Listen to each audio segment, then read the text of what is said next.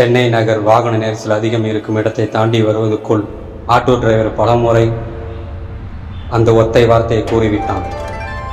வனிதா காதில் ஹெட்செட் மாட்டிக்கொண்டு யாருடனே பேசிக் கொண்டிருப்பதால் அவளுக்கு கேட்கவில்லை. வேகமாக பிரேக்கை அழுத்தினான். வனிதா சீட்டின் முன்பே வந்து இடித்து கொண்டாள். ஆட்டோ டிரைவர் கண்ணாடியில் வனிதாவை பார்த்து கொண்டே ரோட்டில் விளையாடி கொண்டிருந்த நாயின் மீது ஏற்றி விட்டான். அவள் காதில் மாட்டியிருந்த ஹெட்செட் பிச்சுக்கிட்டு கீழே விழுந்து. டிரைவர் பார்த்து பிரேக் போட மாட்டா? ஆட்டோக்காரன கோபம் தலைக்கேறியது. மேடம் கீழே இறங்குங்க. ஏன் என்னாச்சு? கீழே இறங்குமா முதல்ல. டிரைவர் மரியாதையே பேசு. பின்ன என்ன மேடம், ஆட்டோவில் இறங்கினப்ப காதல மாட்டினீங்க, இப்போ வர தொடர்ந்து பேசிட்டே வரீங்க. எத்தனை தடவை உங்களை கூப்பிட்டேன். சாரி டிரைவர், முக்கியமான ஃபோன் கால், அதான் கட் பண்ண முடியல. அதுக்கு அப்போ பிரேக் போட்டீங்க. அதுக்கு ஒன்று நேரத்தில் உங்கள் துப்பட்டா ஆட்டோ பின்னாடி இருக்கிற ஜன்னலில் வெளியே பறந்துட்டு இருந்துச்சு. அது நீங்கள் தூக்கில் தூங்குற மாதிரி இருந்துச்சு. போதுமா? அதை சொல்ல போய் பாவம் அங்கே பாருங்க, குட்டி நாய் மேலே ஆட்டோவை ஏற்றிட்டேன். அந்த குட்டி நாய் ரோட்டில் கால் ஊன முடியாமல் நொண்டி நொண்டி போவதை கையை நீட்டி காட்டினான் அந்த ஆட்டோக்காரன். நீங்கள் நடந்து போங்க, அப்போதான் புரியும் அந்த நாயோட வலி. அந்த நாய்கிட்ட ஓடி போனான் டிரைவர். வனிதாவும் கூட போனாள். அவன் அந்த நாயை தூக்கி ஓரமாக விட்டு ஆட்டோவை வேகமாக எடுத்து போனான். வனிதா அந்த நாய்கிட்ட பக்கமாக வந்து, குட்டி சாரி குட்டி, என்னால தானே இப்போ உனக்கு அடிபட்டுருச்சு. என் கூட வீட்டுக்கு வரியா? உன்னை நான் பத்திரமா பார்த்துக்கிறேன். அந்த குட்டி நாய் வாளை ஆட்டிக்கொண்டு அவள் காலை சுற்றி சுற்றி வந்தது. அதை தூக்கி கையில் வச்சுக்கிட்டு அவள் இருக்கும் அபார்ட்மெண்ட்டுக்கு நடந்தே போனாள். மகா அபார்ட்மெண்ட் வந்து நின்றாள்.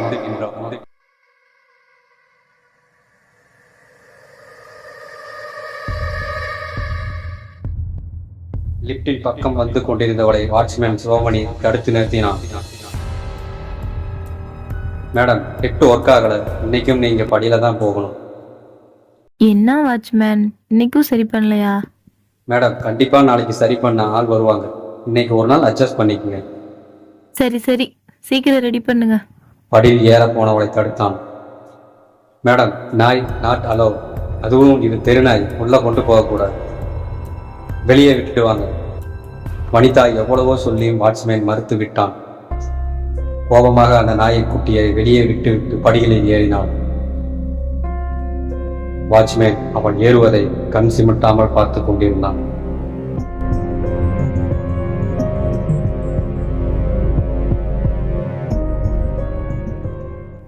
வாட்ச்மேன் சிவமணி வனிதா ரூமுக்கு போயிட்டாளா என்று எட்டி பார்த்தான். அவள் வீட்டு உள்ளே வீட்டில் படுத்திருந்தாள். ஜன்னலை திறந்து அந்த நாய்க்குட்டி இருக்குதான்னு பார்த்து கொண்டிருந்தாள். அப்போ அவளுக்கு ஒரு போன் வந்தது.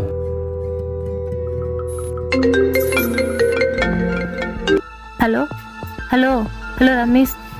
சொல்லு, என்ன பண்ற? இப்போதாண்டா ஆபீஸ்ல இருந்து வந்தேன். ஏன் டயர்டா இருக்க? வேலை அதிகமா? இல்லடா, படியில ஏறி வந்த அந்த டயர்டு, அவ்வளவுதான். ரமேஷ் உன்கிட்ட ஒன்று சொல்லணும்டா. திடீரென்று ரமேஷ் போன் கட் ஆனது. ஹலோ ஹலோ, லைன்ல இருக்கியா இல்லையா? வெளியே ஏதோ சத்தம் கேட்டு போனை கீழே வச்சுட்டு ஜன்னல் பக்கமாக வந்து பார்த்தான்.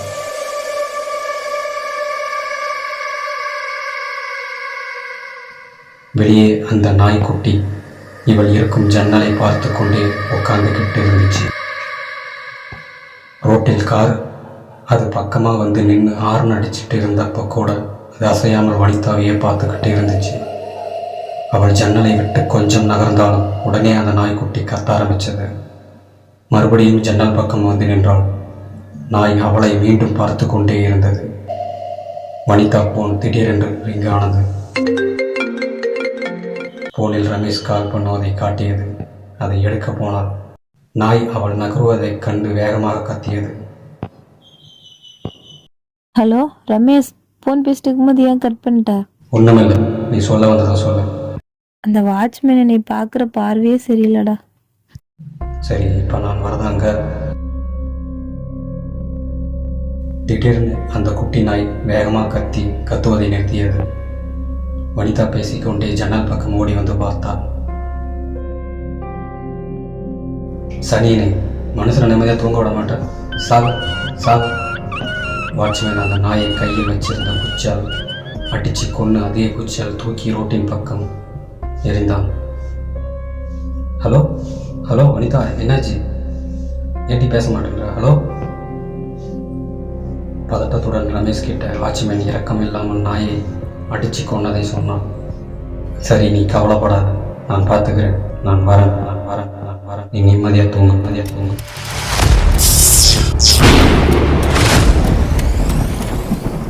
ரமேஷ், உன் குரல் ஏன் அப்படி கரக்கரன்னு கேக்குது? செல்போன் கட் ஆனது. வனிதா ஜன்னல் ஓரத்தில் இருக்கும் படுக்கையை படுத்துக்கொண்டு அந்த நாய் நின்ற இடத்தை பார்த்து கொண்டே தூங்கினாள். மணி 12:30. ஜன்னலில் மாட்டியிருந்த துணி காற்றில் பறந்து அவள் கன்னத்தை உரசியது. லைட் ஆன் ஆகி மேலே ஒரு சத்தம் கொஞ்சம் கொஞ்சமாக வந்து கொண்டிருந்தது.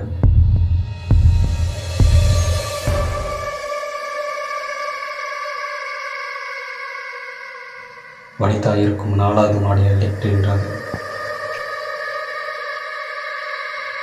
ஜன்னலில் இருந்து ஒரு கெட்ட நாத்தம் வனிதா ரூம் முழுவதும் அடிக்க ஆரம்பித்தது. அவளால் மூச்சு விட முடியவில்லை. தூக்கத்தில் இருந்து எழுந்து கொண்டாள். அவளுக்கு வாந்தி வர மாதிரி இருந்துச்சு. பாத்ரூமுக்கு ஓடி வந்து வாந்தி எடுத்தாள். முகத்தை கழுவிட்டு மூக்கை கையால் மூடிக்கொண்டு ரூமுக்குள் வந்தாள். நாத்தம் இன்னும் அதிகமாக அடிக்க ஆரம்பித்தது. வேகமாக ஓடி ஜன்னலை சாத்தினாள். பீரோவை திறந்து ரூம் ஸ்ப்ரே எடுத்து வீடு முழுவதும் அடிக்க ஸ்ப்ரேவை அழுத்தினாள். அவள் எதிரே எரிஞ்சி கருகிய ஒரு உருவம் நின்று சட்டென மறைஞ்சது. பயத்தில் அவளால் கத்தக்கூட முடியவில்லை. அப்படியே அசையாமல் நின்றாள். அவள் கையில் இருந்த ஸ்ப்ரே பாட்டில் கீழே விழுந்து உருண்டு ஓடி ஒரு இடத்தில் நின்றது. அதை ஒருவர் கீழே குனிந்து எடுப்பது போல நிலையில் சேர்ந்தது. பயத்தில் கத்திக்கொண்டே ஓடிப்போய் படுக்கையில் படுத்து போர்வையை போர்த்தி கொண்டு பயத்தில் நடுங்கினாள்.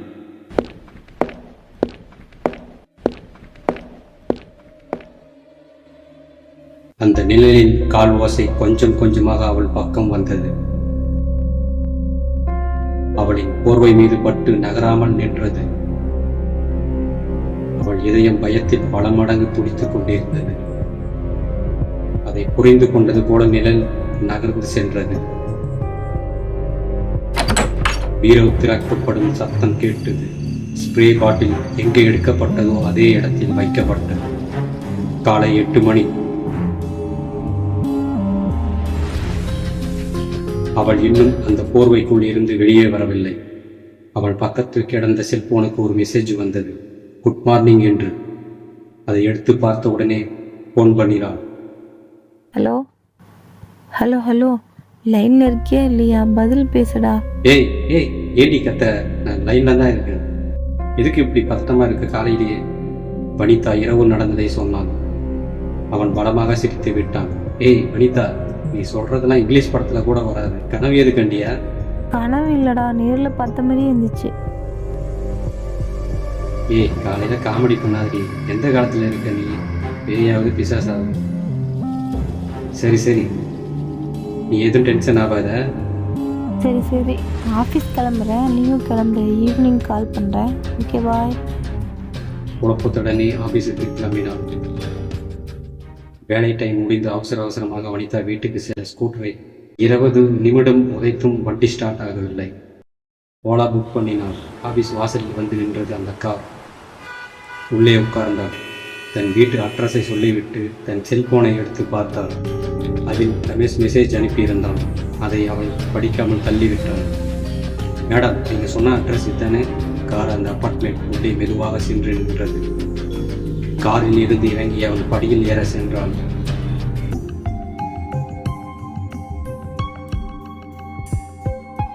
வனிதா மேடம், லிஃப்ட் ஒர்க் ஆகுது, அதிலே போங்க என்றான் வாட்ச்மேன். லிஃப்டில் ஏற போனவள் நின்றாள். வாட்ச்மேன், ஒரு நிமிஷம் வாங்க.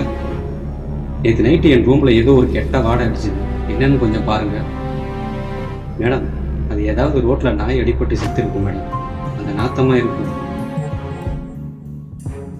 வாட்ச்மேனை முறைத்து கொண்டே லிஃப்ட் உள்ளே சென்று கதவை சாத்தினான். 4வது மாடிக்கு செல்ல பட்டனை அழித்துவிட்டு காத்திருந்தான். லிஃப்ட் மேலே ஏற ஆரம்பித்தது. பலத்த சத்தத்துடன் 3வது மாடியில் நின்று விட்டது.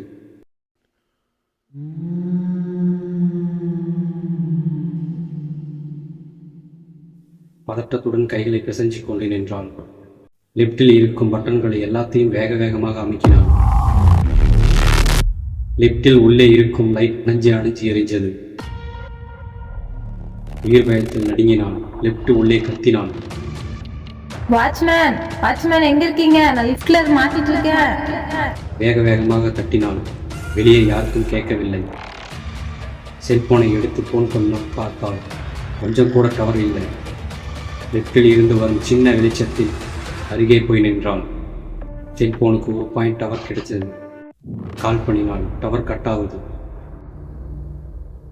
லிஃப்டில் இருக்கும் அந்த சின்ன ஓட்டையில் முகத்தை வைத்து கத்தினான். வெளியே யாராவது இருக்கீங்களா? நான் லிஃப்ட்ல மாட்டிட்டு இருக்கிறேன். யாராச்சும் காப்பாத்துங்களேன். யாராவது இருக்கீங்களா? யாராவது இருக்கீங்களா? லிஃப்டின் உள்ளே அவள் தட்டும் சத்தம் அவளுக்கே காதை அடைத்தது. மூச்சு விட முடியாமல் அந்த சின்ன ஓட்டை வழியே முகத்தை வச்சு மூச்சு விட்டாள். அவள் மூச்சு விடும் சத்தம் அவள் பயத்தில் இருப்பதை நன்றாக காட்டியது.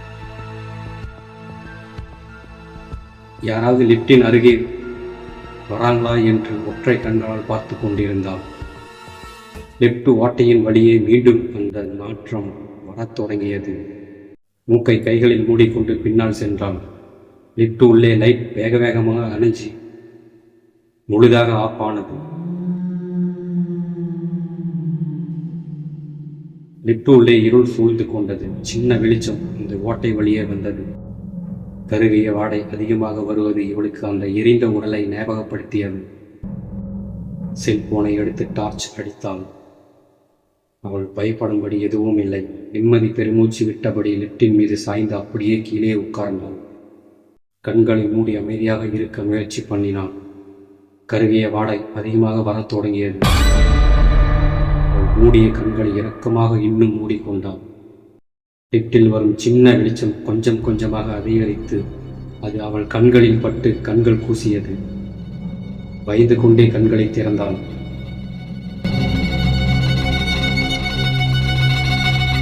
லிஃப்ட் உள்ளே விரிசல் பெருசானது. வெளியே இருந்து ஒரு கை உள்ளே வர முயற்சி பண்ணியது. அதை பார்த்து வனிதா பயத்தில் கத்தினாள். வேகமாக அந்த லிஃப்ட் பாதி கதவு திறக்கப்பட்டது. மேடம் மேடம் பயப்படாதீங்க, அந்தான் என்று செக்யூரிட்டி கையை நீட்டினான். லிஃப்ட் உள்ளே இருந்து வனிதாவை செக்யூரிட்டி கையை பிடித்து வெளியே தூக்கினான். வாட்ச்மேன், இவ்வளவு நேரம் கத்திட்டு இருந்ததும் காதில் கேட்கல. என்ன பண்ணிட்டு இருந்தவன்? சாரி மேடம், நேற்று நைட்டு டியூட்டி பார்க்க வந்தவன் முருகேசன் லீவு போட்டுட்டான். அவன் ஷிஃப்டிங் சேர்த்து பார்த்தேன். அந்த டயரில் தூங்கிட்டான். Sorry madam. சரி சரி, நான் கத்துனது கேட்கலங்கிற, அப்புறம் எப்படி வந்த? மேடம், நான் சேரில் உட்காந்துக்கிட்டு நல்லா தூங்கிட்டேன். அப்போ ஒரு கெட்ட நாத்தம் அடிச்சுது. அதுவும் என் பக்கத்துலேயே அடிச்சுது. அந்த நாத்தம் தான் என்னை எழுப்பிச்சு மேடம். அந்த நாத்தம் எப்படி இருந்துச்சு? அது கருகி போன மாதிரி அடிச்சுது மேடம். மேடம், லிஃப்ட் இப்போ சரி பண்ணமா? ஆள் வரமாட்டாங்க. காலையில் ரெடி ஆகிடும், நீங்கள் பயப்படாமல் போங்க. வனிதா படியில் ஏற தொடங்கினாள். செக்யூரிட்டி லிஃப்ட் அருகே நடந்து சென்றான். அவன் பின்னால் அந்த கருகிய உடல் பின்னால் சென்றது.